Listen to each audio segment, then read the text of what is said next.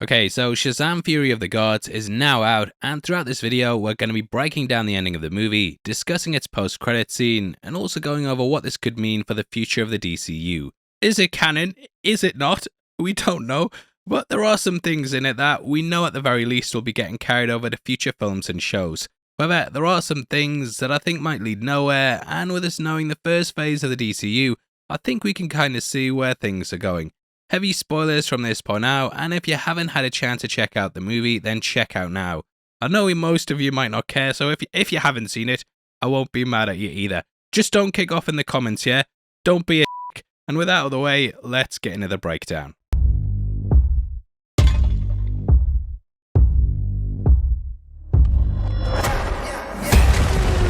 We are at war. We will annihilate everything. Champions of this realm can do nothing to stop us. You are very menacing. I just want you to know that. Okay, so Shazam Fury of the Gods culminates with Shazam defeating the Daughters of Atlas along with a dragon. This is inside a dome in which Shazam needs to supercharge the wizard's staff and also tell you what song you're listening to, eh? Ha ha! Now inside he does this, which kills Calypso, the dragon, and all the beasts that have been summoned to Earth. However, this exacts a toll on Billy, and doing this unfortunately kills him. This leads into a big funeral scene with Freddy asking if there's any way to bring him back, but in order to do this, they need to charge the staff. This requires the power of a god, and I wonder, woman, who that could be. God! Stick to saving the world, kid. Shazam Fury of the Gods, rated PG-13. Yeah, in an amazing marketing move that rivals James Gunn telling you that none of this matters, we had Diana's rivals spoiled by one of the recent trailers. Wonder Woman comes in, her music blares away, and she charges the staff and brings Billy back. Now this kind of plays upon the Headless Superman scene from the last film, and it's nice seeing Gal Gadot back because if there's one thing that DC's told me, it's that these people returning definitely means something. Shazam bursts out of the ground like a zombie, but he's okay, and eventually he also gives the rest of the Shazamily their powers back. Anyway, Shazam then flirts with Diana and says that he's gonna be 18 soon. Nice. She says that he should stick to saving the world though, and as we know from Justice League, everyone's a younger man to her. However, it seems like it's gonna be okay, and after we jump to a trip back home, we watch the wizard returning like he's used one of our Manscaped codes. Like the genie at the end of Aladdin, he's decided to go and explore the world, but before he leaves, he finally reveals what Billy's superhero name is. He tells them it's Shazam, which is a bit obvious, but we then cut to Freddy, who says that he thinks they can still beat it. Now that ends the movie to Elvis's little less conversation, and from here we go to our first post-credit scene in which Shazam's asked to be in the JSA. In it we see John Economos and Emilia Harcourt, who by my count has now appeared in more movies than most of the other superheroes. Just don't tell my wife, yeah? I'm gonna look bad when I don't even let her feature in the background of a video on the Clips channel, and Gunn's making his wife the Nick Fury of the DCU. You know, when I was watching it, I was thinking it's kind of like when your mate gets a new girlfriend and just starts showing up everywhere. But what's going on with this scene exactly? Well, it starts off with them approaching Shazam out in the woods whilst he's shooting down a bunch of beer bottles, and they offer him a position on the JSA. They phrase it and say they want to know if he's going to be interested in joining the Justice, which is when he immediately cuts them off and says yes. However, he's thinking League, and it's just the Justice Society, which bums him out because he wants to be on a team with Wonder Woman. They make a joke about changing the name of it to stop people getting confused, because it's pretty stupid having two teams with Justice in the name. Now, he throws out some new ones from his phone, and throughout the film there's this running gag about superhero names in general. There's some little nods here to other heroes like the Avengers and the Authorities, which we know are coming as part of James Gunn's Chapter 1. Now, the first Marvel nod to me is kind of just giving a nod to the wider universe and all the things that have happened over the decades with the two companies. Shazam was of course originally called Captain Marvel, and the Eternals was filled with lines about Superman and Batman. As for the Authority, we have some things that could be connecting to that, and in case you don't know, they're basically DC's answer to the Boys.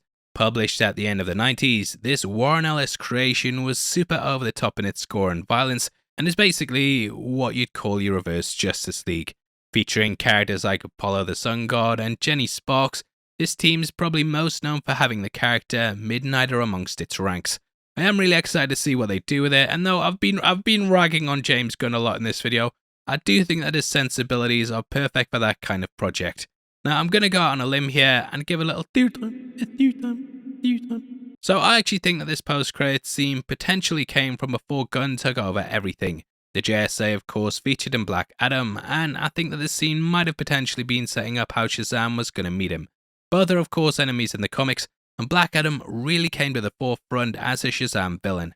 According to reports, The Rock was supposed to be cameoing in this movie originally, but he shut that idea down and refused to do it.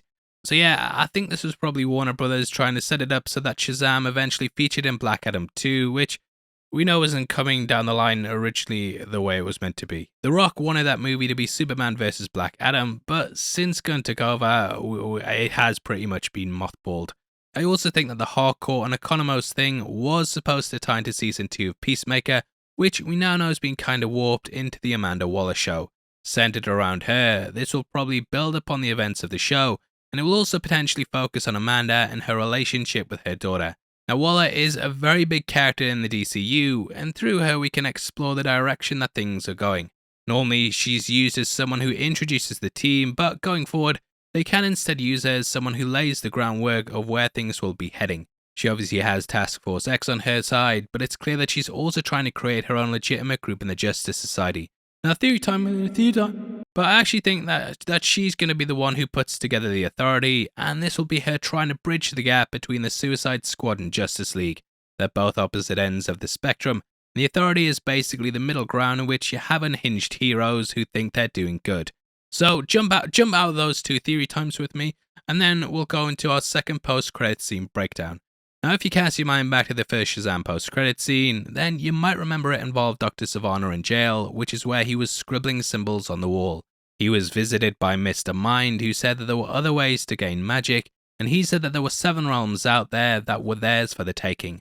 However, we're now 2 years later, and like a DC movie announcement, nothing has happened.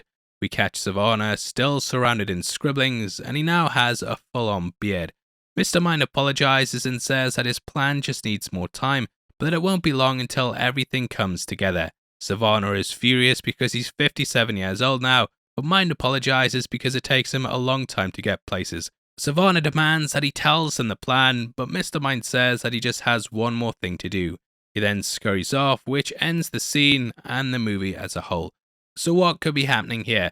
Well, luckily, I did a big breakdown for this on the last movie that kind of covers the ins and outs of where this may lead. Now, Mr. Mind is a telepathic green worm who amplifies his voice through a radio speaker around his neck. First introduced in 1943 by Otto Binder, the character was made as a novelty villain to stand out against the more fearsome foes like Lex Luthor and the Red Skull. He created the Monster Society of Evil, which included Sivana, Captain Nazi, which I can't really say without getting demonetized, and even real-life figures like Hitler and Mussolini. A mastermind of evil, he actually wishes to charge himself up to become a Hyperfly, which is his final form in the comics. However, in order to do this, he needs to build up his brainwaves, which he does by pulling in parts of the space-time continuum. Mr. Mind has the ability to eat time and space, and he's been used as a way to trim continuity in canon, which could pull into what's going on with the DCU.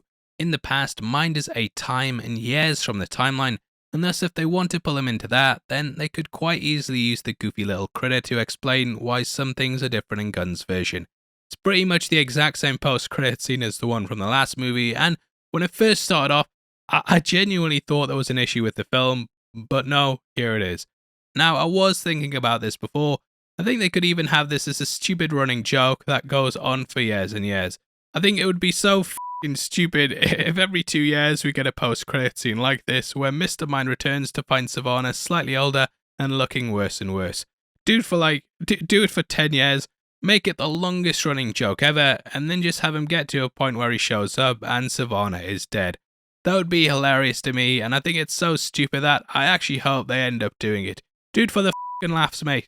Make the joke last longer than the DCU, you Anyway, that sets up the future of the DCU and how I think that things will play into it.